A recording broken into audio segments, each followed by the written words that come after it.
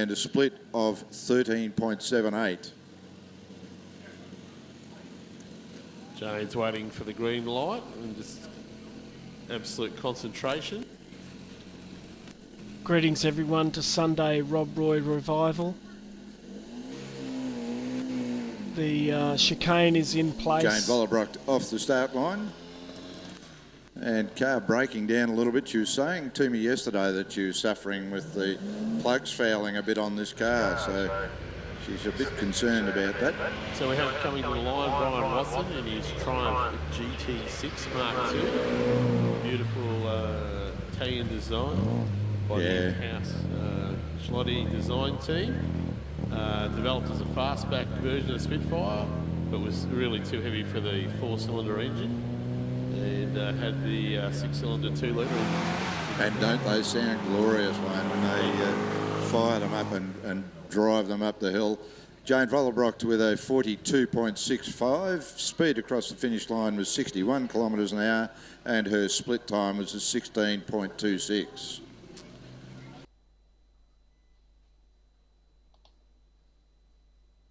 The line, Lindsay Harper in the Elfin Clubman of 1962.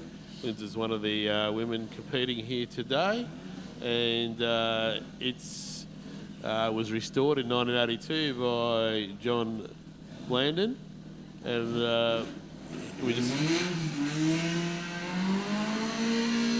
tried to include some of the ladies like Linda not and exactly Jane. sparing it off the line. Going pretty well. Linda's quite a seasoned competitor, normally in a pretty quick Corolla with her husband Laurie. Laurie driving the D type of show. I believe that's actually a Phil Henry car.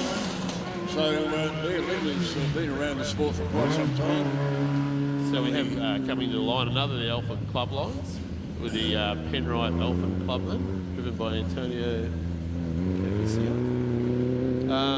This is, of course, Penrite celebrating its 100 years.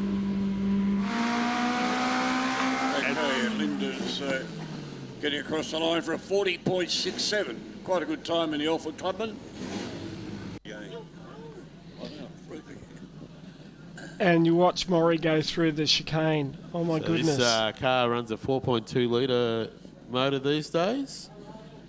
And Jaguar in the day, of course, built them to win Le Mans. So I think Gary and his good mate Ian Brown put this car together many years ago, and away he goes off the line.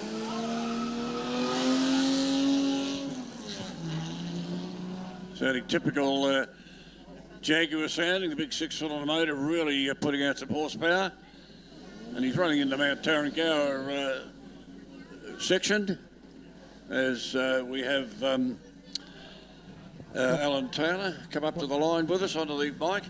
So a couple of Jags running here. We've got the D-type Maury on the line at the moment, or gone on the line. He should be getting up into the 38.98, 38 somewhere. But it is a Triumph of the 2000 series. They went up to 2.5. And great little car, good number there, 111, one of my numbers. Beautifully presented car in the dark British racing green. Unfortunately, we don't have his name or number. This car's being piloted by Robert Casson, car number 111.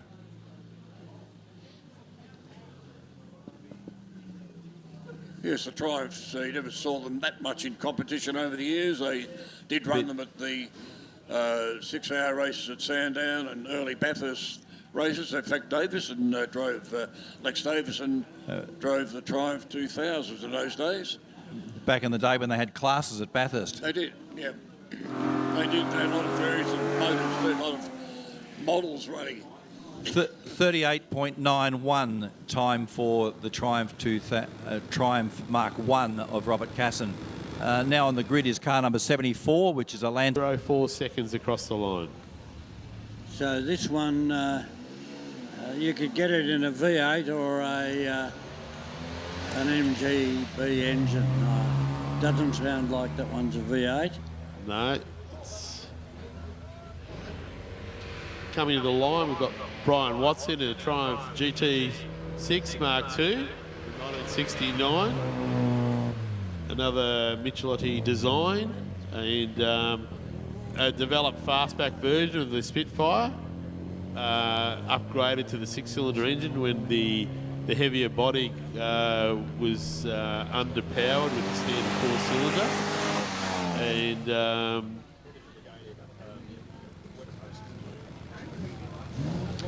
I'll include your vision now, Brian.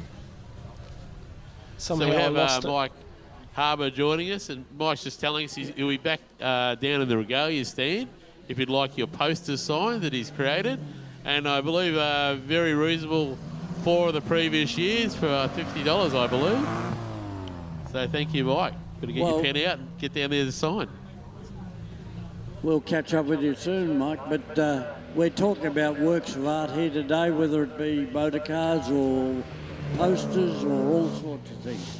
So go and down and see Mike, he'll sign something. Marcus Clayton come to the line in his 1959 Triumph Herald.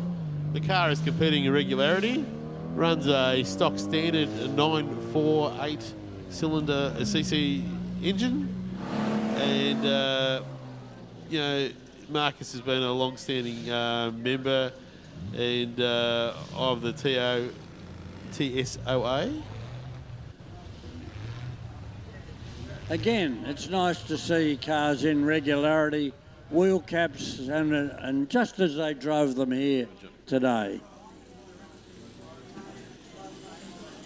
948cc of Fury is what Marcus calls that car. So Brian Watson, 40.01 seconds across the line. We see the first of the Fisherman's Bend cars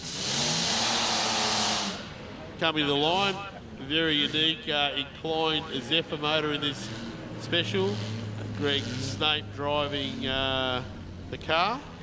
It's well worth having a look at this car because you want to have a look. It's all engine and other bits just bolted around it.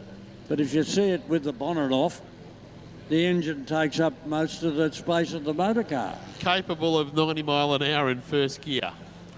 Well, that'll be good to watch. And what you can see poking out of the bonnet line there, John, is the actual mufflers. Oh, I thought that was the driver. Oh, yes, it's got 1, 2, 3, 4 heaps of them. Yeah, it should be 6 months hiding there somewhere. The little Mark IV making 29.63 in its final run for the day. And another run with Linda in the Elfin Clubman.